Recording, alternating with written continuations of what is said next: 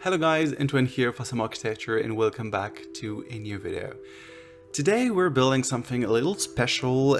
If you've been following me for a long time now, you know that I've already built an abandoned build, and indeed it was actually an abandoned version of the Palace of Versailles.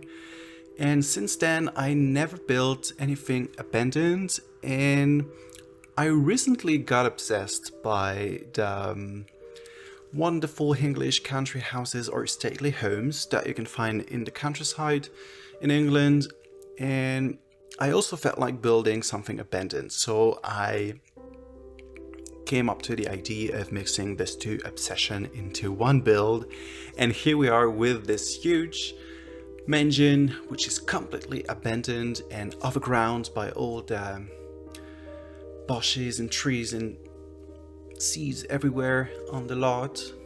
And yes, this is a very fun build because it's quite different from what I usually do, and because, you know, when it comes to an abandoned building you can just do whatever you want, and yeah, it's cool sometimes not to have limits with your own imagination.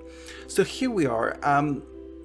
The house itself is not inspired by a precise mansion or existing mansion. It's rather a mix of several influences or inspiration that I found while exploring the internet looking for the best countryside mansions.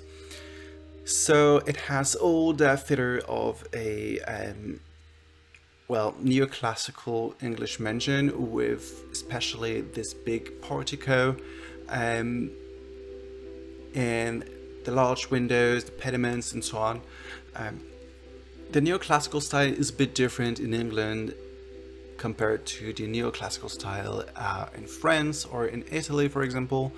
And as always, the English architecture is most of the time quite different from what you can find on the continental Europe, and this is probably explained by the fact that the UK, England, is an island, and also because the UK has its own influences with the Commonwealth, with all the relationships with the other countries that the UK was either ruling over, like India, Canada, all the islands all around the world, and or just territories that were once colonies or part of the British Empire. So yeah, this is probably one of the explanation why most of the time England has its own interpretation of style or different movement that you cannot really see in the rest of Europe. So yeah, this house, as I told you, is built in a neoclassical style. The interior is a bit more eclectic. It has neoclassical features, but also some Georgian or Victorian vibes. I don't really know, but the idea was to create a family home that evolved through the time. So you can imagine it was built in the 18th century and it evolved during the time. So maybe some rooms were refurbished or redesigned a bit later, so during the Victorian era, for example. So yes, that is why the interior is quite eclectic. Talking about the interior, you will see that most of the rooms are empty, and this is on purpose because this is an abandoned mansion. There are only a few furniture left, a few paintings, a few chandeliers, for example, but most of the house is empty, and I think it gives a very gloomy style, very gloomy vibe to the house, which I absolutely love. Most of the color are very dark, which gives an even more scary look to the house, and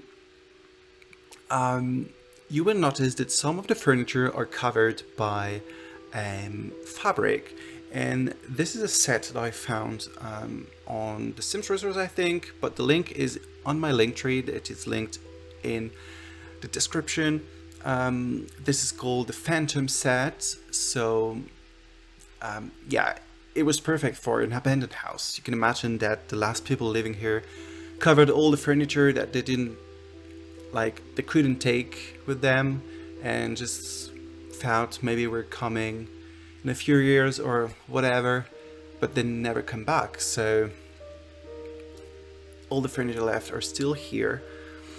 And yes, I just love how it feels and how it looks. So yes, this CC set was perfect for this mansion.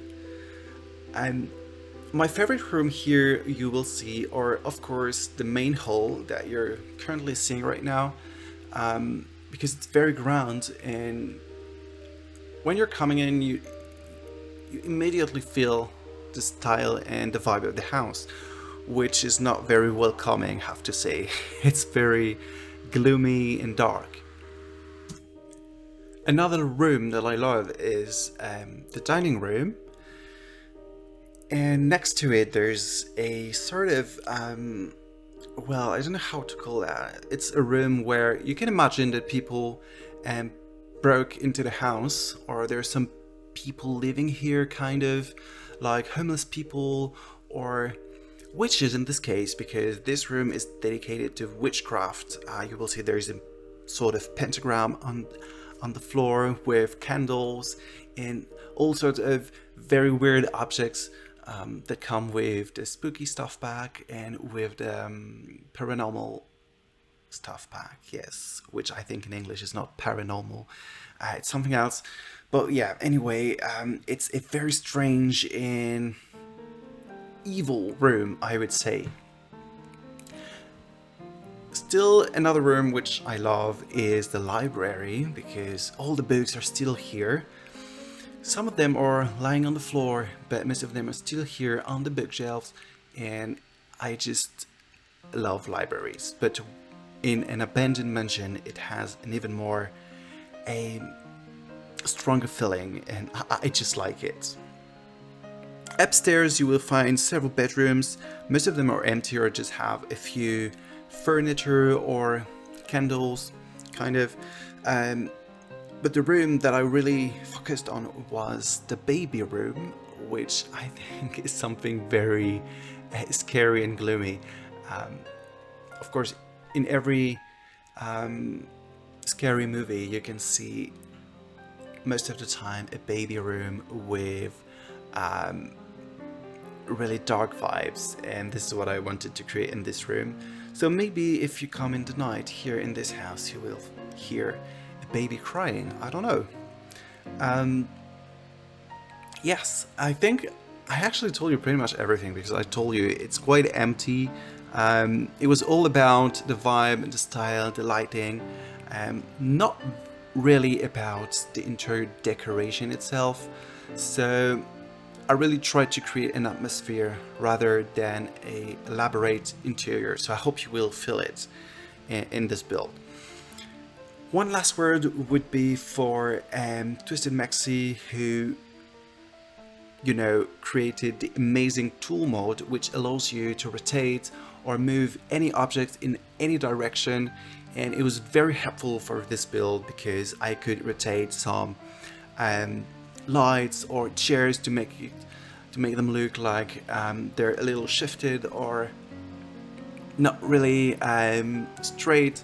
You can also pretend that some paintings are hanging from the wall ready to fall, and it was very, very helpful. And I think thanks to those small details you can feel that the place is abandoned. Yes, so if you're not familiar with this mode, I would really recommend you to try it. It seems a little complicated and scary when you first try it, but then when you get the way it's working, it's very nice, and it opens lots of new possibilities if you're a builder. I mean, for the players it's a bit useless, but if you're a builder and you want to try new things, some things that the game itself doesn't allow you to do, then you should consider trying this mod, because it's really amazing. I'm not a big user of it, I just use it for small details. I know that some people like the amazing the Kate Emerald on YouTube use it a lot because yes, she couldn't build what she builds without this mode, and she's really a master with this mode, so you should probably check out her channel to see what you can do with it. Now I will let you with the end of the video. I really hope you will enjoy this build. If you do, please write me a comment. I would like to know what you think about the vibe and the atmosphere of the house. Do not hesitate to like the video or even subscribe if it's not done yet. And I will see you next time. Bye!